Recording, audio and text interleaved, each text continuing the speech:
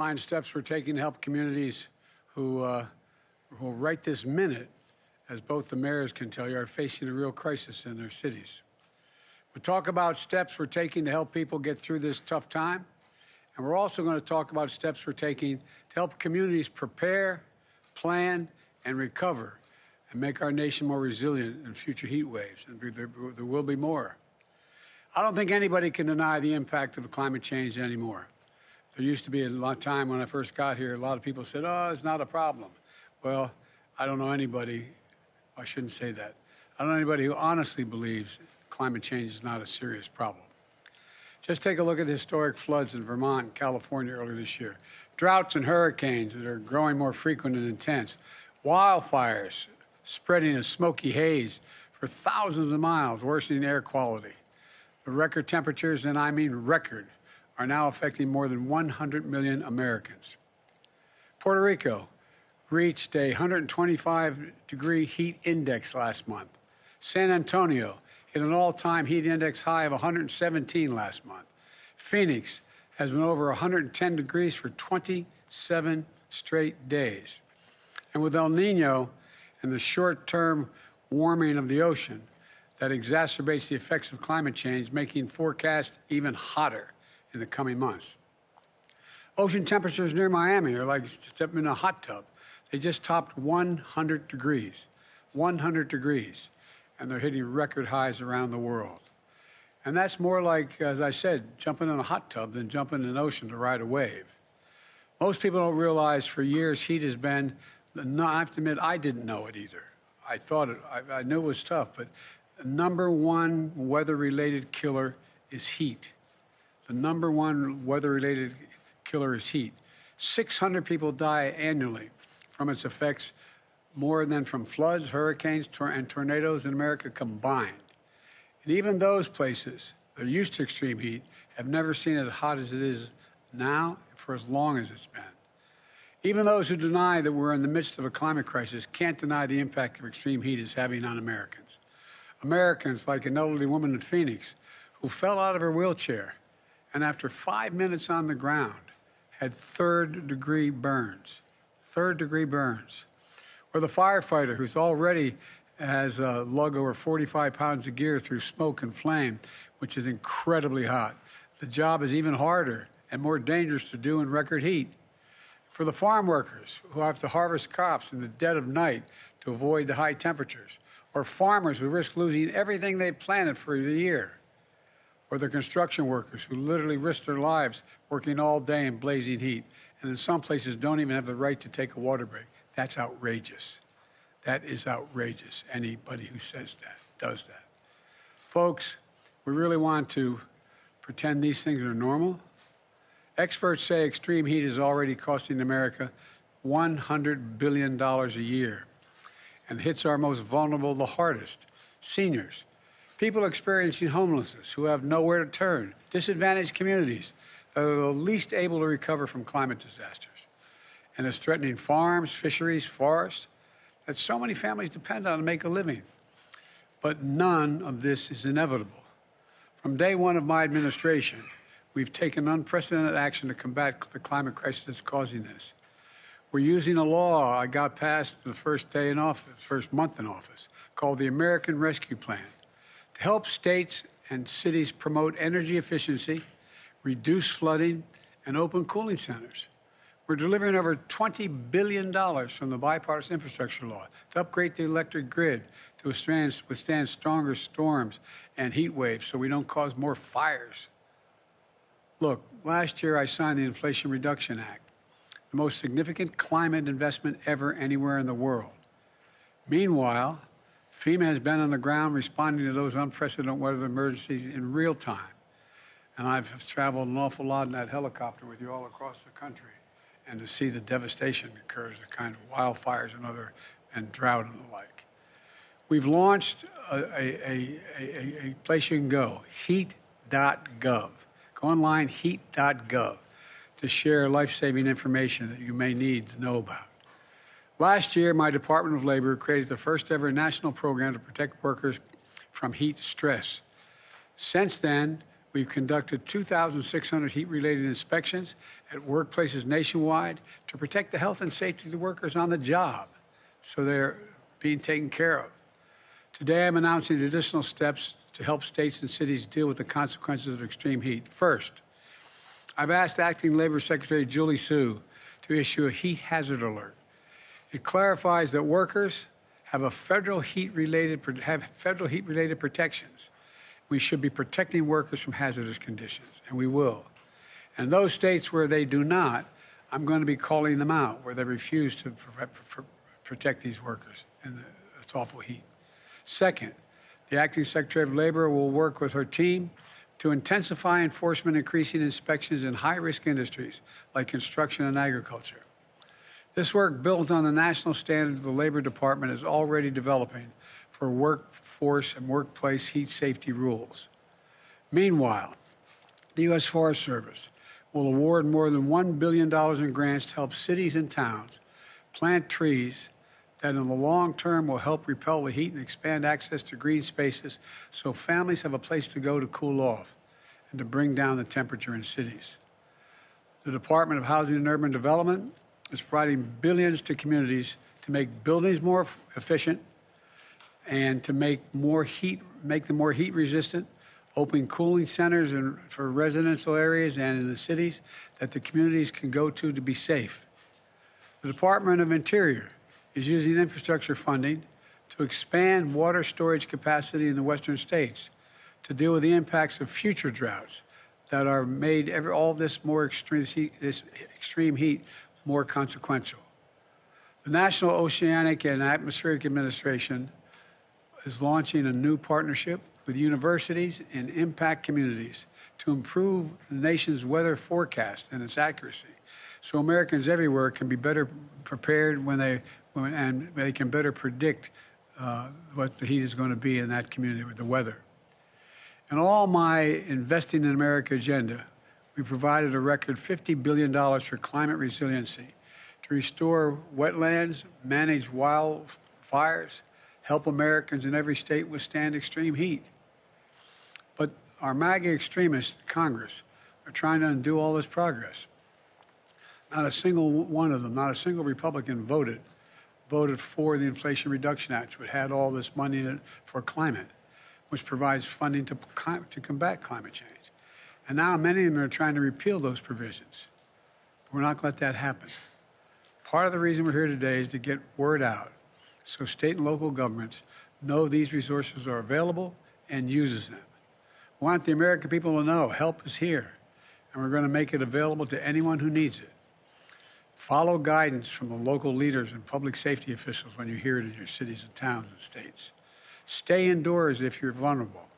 Be careful on hot pavement. Know the signs of heat stroke like headache, nausea, dizziness. And always have water with you. That sounds silly, but always have a bottle of water with you when you're outside.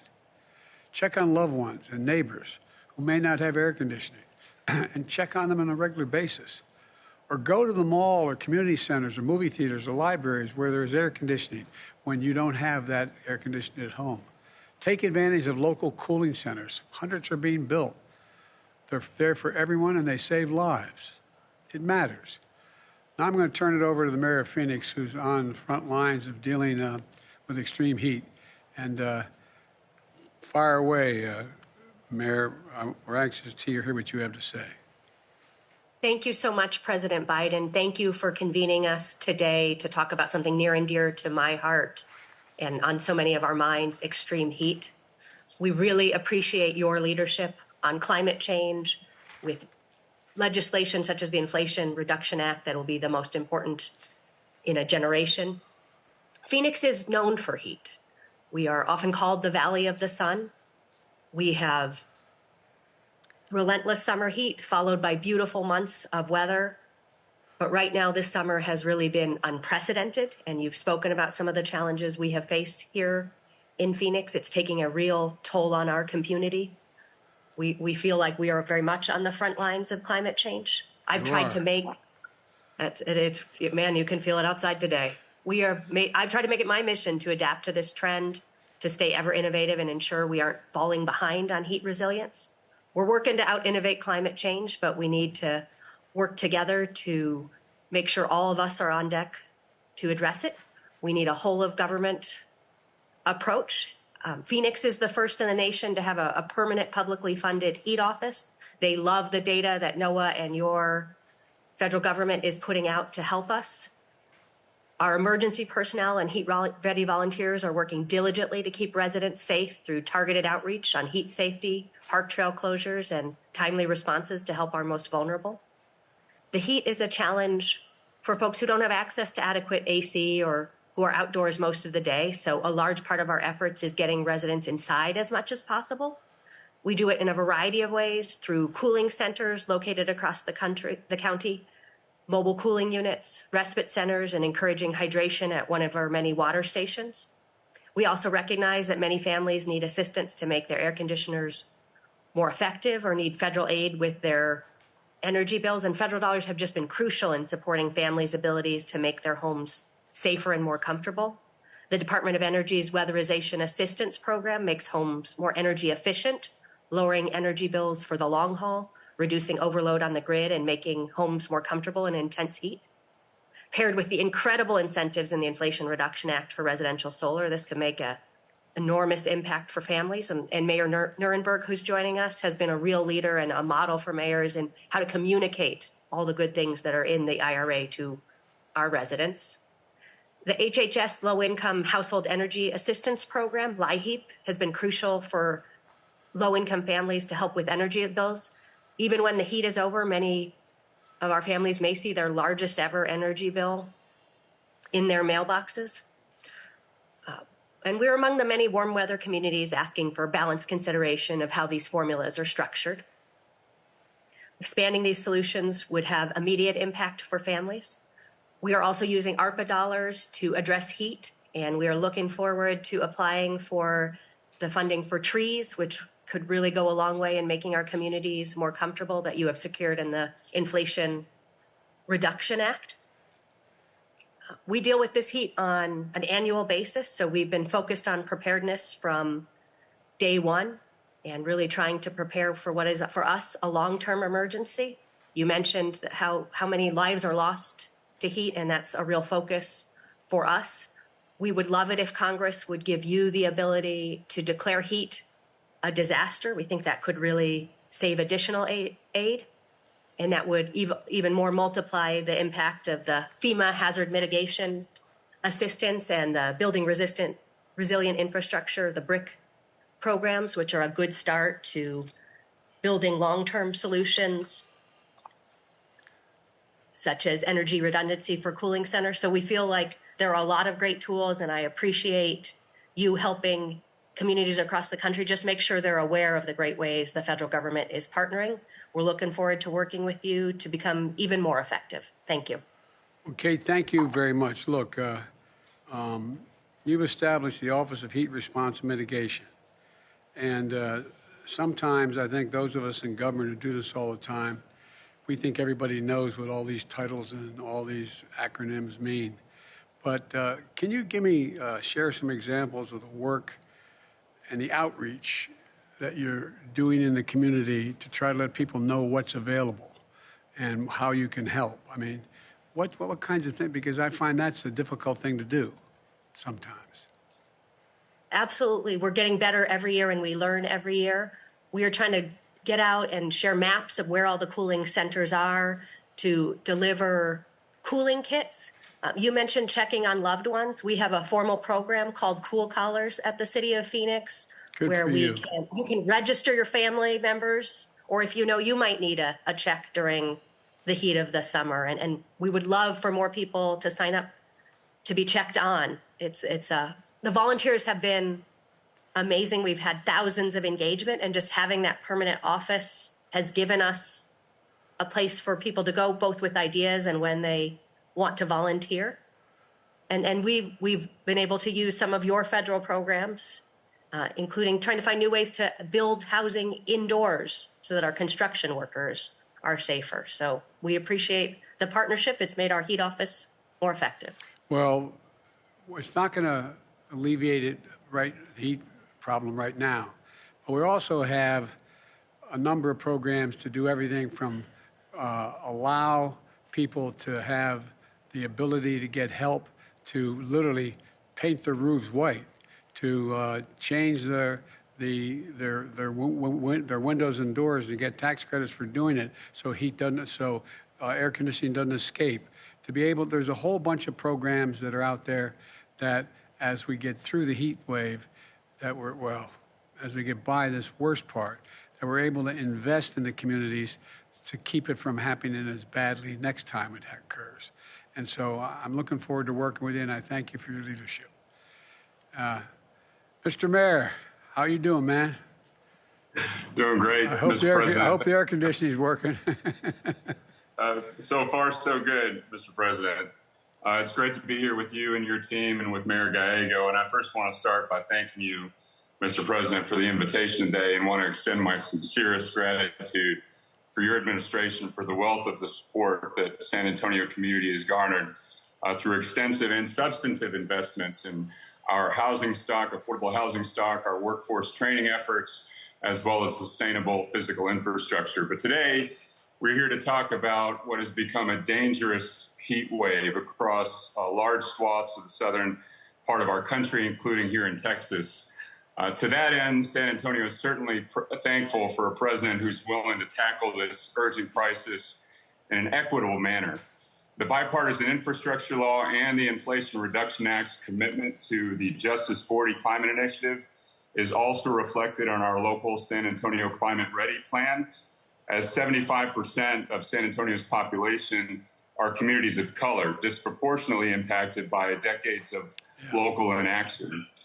But times are changing, thankfully. Sustainability and green energy are no longer four-letter words in the state of Texas. At least among most Texans. Well, I'm happy to say that here in San Antonio, we've taken leadership. And you have. In 2028, we will end the use of coal in San Antonio, which is nearly 40 years ahead of schedule. And in large part because of you, Mr. President, San Antonio will launch its first ever advanced rapid transit line, bona fide mass transit for the city of San Antonio, a service that will only include low or no emission vehicles. And so as San Antonio works towards greener development in transit, we're also doing our policy work. We changed our development code last year to require 240 volt level 2 chargers in all new single family homes. We're also providing incentives for those chargers in multifamily residences. And also having the nation's largest municipally owned utility, San Antonio has now become the 5th largest solar producer in the United States. And congratulations on that, by the way. Congratulations. Thank you very much. We're going to reach for number 1 in the country. We're number 1 in Texas, but we're not going to stop. However, these initiatives are not just happening in San Antonio. I'm pleased to report mayors are united in Texas as well. Communities across Texas have committed themselves to being greener, more equitable, and literally cooler, as nearly every major Texas city now has a long-term climate or emissions reduction strategy. So working with our partners at the White House, with you and your team, I'm confident that the state best known for oil and gas production can help lead the way to a greener tomorrow. So thank you again to your entire team, Mr. President, for your efforts to help us realize a better tomorrow for us, for our children, and for our grandchildren. Well, Ron, thank you. And I'm not being solicitous when I say this. You know, most people don't realize that Texas is one of the states that has the most significant, its energy is most significantly supplied by wind and solar in Texas. And I know there's some in your state who want to turn that around, but it's working, and it's moving in a big way, and it's cheaper. It's cheaper. And it's saved our necks in this heat wave, too, by the way. Well, I think so, for real. I mean, look, most people grew up in families like I did, where you just got to worry about one day to the next and get enough food on the table. I mean, not poor, but, you know, just taking care of the business, making sure your kids are okay. But the change that's taking place in Texas as it relates to dealing with the generation of energy is really magnificent. I mean, it's really incredible. And And I'm sure that, anyway, I shouldn't get into all that, but the fact is, you know, while your long-term plans take shape, what are you doing in the near term to protect your residents from the heat wave? Well, I certainly appreciate that question and very much appreciate the actions that you're taking today, Mr. President, through the Department of Labor. As you know, Texas cities are in a battle with the state for local control, but we're going to do everything possible to protect our most vulnerable workers, especially those outdoor workers, for basic things like being able to access water breaks. San Antonio also is the first, taking a page from Mayor Gallego's book, we're the first major city in Texas to pilot a citywide cool pavement initiative. I'm also pleased to report that next week, City Council will vote to allocate an additional $4 million for tree planting, for mitigating our urban heat island effect, and for the most immediate needs right now during this heat island, or during this heat wave. We have 80 cooling centers located all around the city, pools, splash pads, libraries, et cetera. And we're offering free transportation to any resident who needs to get located into one of those indoor cooling centers. And for our homeless population, we are conducting extensive outreach to make sure that we can get them into cool places and nobody's out there in the elements. Well, thank you. And look, don't hesitate to call us direct, for real. I mean, there's so much, no, I really mean it. There's so much out there that we can do. And we've funded an awful lot of this. For example, the idea that you can't have mandatory water breaks when you're working on a construction. Hell, when I played football, if you had a coach who during the summer practice didn't provide water, you know, on a regular basis, he got in trouble, got fired. I mean, what are we doing here? What's going on with some of this stuff? Both of you are totally different place. But people just need to know where to go and what to do. And we're going to provide a lot of help across the board. And I'm looking forward to working with both of you. For example, we should, in the international effort, we've got a commitment to, you know, plant 1 billion trees over the next several years worldwide. I mean, there's a reason why. Anyway, you guys get it. And but we got to get through this crisis in the near term, and we got to keep people safe. And I really appreciate, because look, I think talking to you both, people make judgments about whether you have a heart or not, whether you really are, whether it's just rote you're telling them, or you care. I mean this sincerely. You guys know this. Well, you both care, and it comes across. And so people are more inclined to say, okay, I'll take a chance on maybe going to that center, or maybe I'll take a chance on doing A, B, C, or D. People are reluctant. And what you're both doing substantively, what we're going to be able to help you do more substantively, but what you're doing and the way you're doing it, I really admire you for doing it. I really mean it. So thank you, thank you, thank you. Appreciate it. And I want to thank my team for the work they're doing, too, to combat extreme heat and other historic weather emergencies we're seeing all across the country. We are making progress, but as we heard today, we have a lot more work to do. I look forward to working with not just these two wonderful mayors, but officials all across on the front lines and local officials. Local officials are where the rubber meets the road, no pun intended. It really matters. We're committed to getting you what you need to keep your community safe, because no one knows what you need more for your communities than you guys. And so thank you, thank you, thank you. And I mean it. Don't hesitate to contact any of the departments standing behind me. We have some of the funds. We're working. We're going to get more. And I think we can make a difference. So thank you both. And as my mother would say, God love you. Thanks. See you all.